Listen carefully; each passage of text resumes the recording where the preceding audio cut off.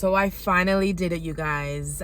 If you've seen some of my past videos, some recent-ish ones, you know I have mentioned more than once that I have been highly anticipating Sinners because this is Ryan Coogler doing an original piece. He wrote and directed this. I was excited to hear about this movie. This movie was actually mentioned years and years ago. It was in development, and things are always in development in Hollywood, and then things I feel like rarely get made. But this one actually got made. The budget was around $90 million, which is really not a lot of money when you compare it to like a Marvel movie. But it finally came to life with Michael B. Jordan as he returns as well. I think this is their 5th collaboration together. So as my most anticipated movie, did this disappoint me or was I pleased? Let's get into it. Let's start out with the positives. A huge component, I would say a whole character in this movie, is the music. The score in this, I would kind of be surprised if it's not up for some sort of awards, whether that's the Oscars or something else, because it is such a huge part of this, as there are musicians, there are singers, there are needle drops. A lot of the music is used to really kind of amplify the emotions that are going on the screen. And we get quite a bit of blues music, which I love because blues is so soulful, it's so sad, and it really gives a chance for artists in this movie to be able to emote. And I know for me, on my ride back home, I will be putting on the score to listen to because I am a score nerd. Now, this movie is set in the 1930s. So what you see in the frame is actually kind of like that bit of the film grain, which I noticed. And I think because Ryan Coogler was trying to make this feel as authentic as possible, down to, of course, the costumes and the cinematography with that graininess and the accents that we are using in this movie, which is notably used by Michael B. Jordan. Now, to be honest, at first, it kind of threw me off. I feel like I haven't really heard Michael B. Jordan do that many accents in his films of the past, and I've seen many of his. I haven't seen all, but I've seen many. So at first I just wasn't used to it, and I kind of threw me off, and I was like, I know about this.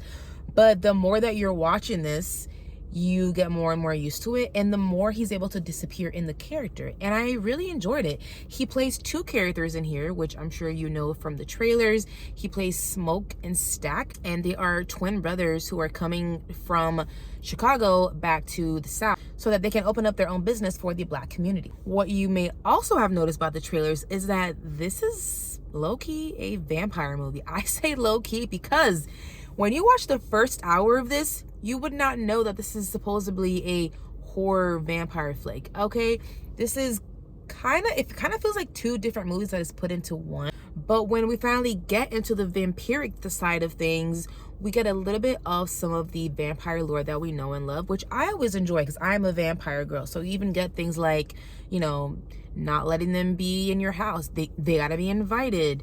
You gotta use garlic. You gotta use holy water. All of that was really fun for me as somebody who enjoys that type of lore. I will also say that Ryan Coogler uses some of his own things in this vampire lore, which I will not spoil for you. I want you to enjoy it for yourself. But I feel like you can tell that he's a fan of this, and I'm keeping in mind that this is his first foray into horror, if I'm not mistaken. And I wonder if this does well, I can't imagine that he won't be kind of like a Jordan Peele, where he kind of low-key does like a bunch of horror movies after this. I'm hoping and praying. As long as he keeps on doing his original stuff, I will always be interested in Ryan Coogler. I really feel like he is a man with a lot to say. He has a lot on his mind and his heart. And I think he did a pretty good job of making a movie, this vampire movie, that is entertaining, but he also has some commentary in here, and it's things that he's explored before in his past work, so it's no surprise to me here. As much as I admire the man, I do think his script was just a little bit too bloated.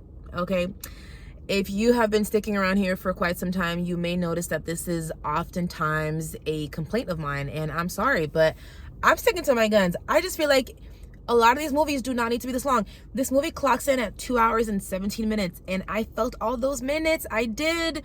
Like I mentioned earlier, the first hour, it's a lot of setup. There's a lot of setup, which I enjoyed some of it, because you see the twins, as I said, they come back into town and they want to start up this this nightclub, essentially, and they are getting different types of people, these cast of characters, where they need people to be security. They need people to cook the food. They need people to make signs. They need this, that, and the third, which I liked seeing that, because you see these black men coming back into their town and they really want to start up something for themselves and their community. And I liked seeing the charm of Michael B. Jordan, and just he had different types of these negotiation scenes, I will call them, and I found those pretty entertaining. But having said that, I do feel like the movie, for me, it felt like it took like a while for it to like really ramp up and start going. So when this movie starts up at the second hour, that's when things start getting just a little bit freaky, okay? Starting with some very interesting imagery that happens in this nightclub, where people are getting their freak on, they're dancing, there's slow-mo, and then we kind of start seeing things out of the time, meaning things that maybe you would not have really seen in the 30s come intertwined with this movie, which I feel, I get the feeling that some people are going to be kind of thrown off by this. At first, I kind of was too, but actually, it kind of made me lean in more to figure out, wait, what is going on? What are we seeing here? But I do think that some people might find that a little bit heavy-handed, but I thought it was I mostly thought it was just really cool imagery, okay? Now, maybe this is the vampire lover in me, but I do wish that we just had just a little bit more information on the vampires. You know, back in the day, I read Twilight, I watched True Blood, I saw all the vampire shows. I just wanted a little bit more lore. Like I mentioned earlier, Ryan Coogler does add in a little bit of his own touch of these vampires in his universe that he created, and I would have loved to just see more of that, but that's clearly, it's not what his goal was. I guess he was trying to mesh a lot of different elements in this movie, so I can respect that, but at the end of the day, I also can respect it, but also wish for more. So Michael B. Jordan in this plays twins, and I gotta say, I feel like he didn't make the two of them different enough for me, and I'm not sure if that was the point of it or not. You know, there is a difference. One of them is mostly in red, the other one is mostly in blue, but a lot of the times their faces, though, look pretty much the same. So sometimes, I mean, call me dumb, I don't know, but sometimes I was getting confused and I wasn't sure who is talking to whom. There are scenes in here that I was like, wait, he's talking and kissing who? But I thought that was the girl for him. Huh? So that kind of threw me for a little bit, and I just didn't like feeling confused. So this is Ryan Coogler, y'all. So there is going to be a layer of commentary in here, and I do think it does get a little bit muddled for me.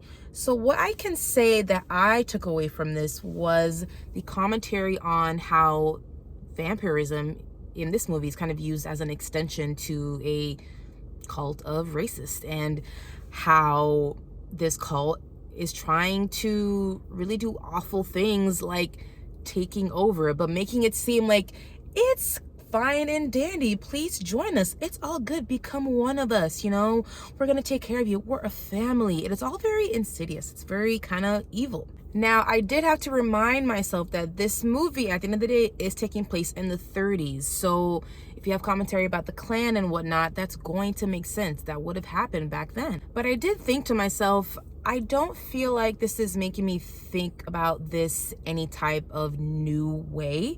I don't think he's necessarily saying anything new, but maybe that wasn't his goal.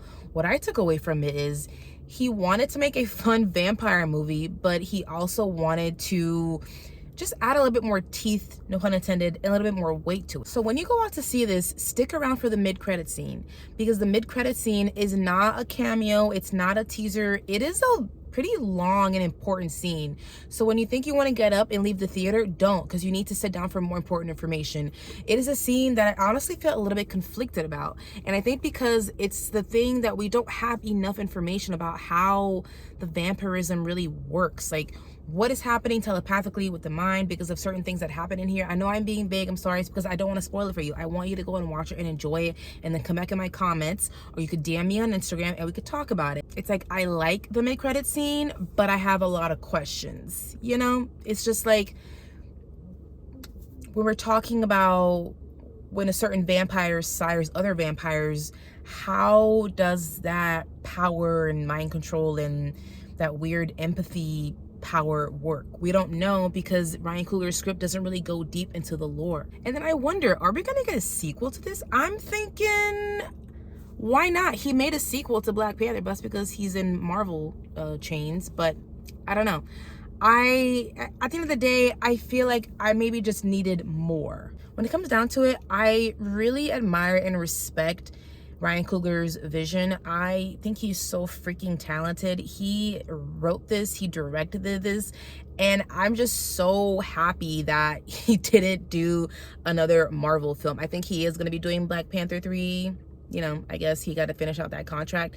But after that, I'm hoping he does more and more of his own things, that he gets more money so that he could put more of his original ideas, just like we see Chris Nolan do all the time, just like we see Jordan Peele do all the time, even M. Night Shyamalan. I want to see more of that. So I'm going to give Sinners a 4 out of 5 stars. Thank you guys so much for sticking it out with me. I finally saw Sinners. Can you believe it? I cannot believe it. If you are enjoying my content, please go ahead and subscribe, hit the like button, and leave me a comment. All of the engagement, you guys, really helps me out because that lets YouTube know that you are interacting and enjoying this video. And then that way we'll be able to push the visibility of the video so that more people can join our community. Thank you so much for watching, and I'll catch you guys next time.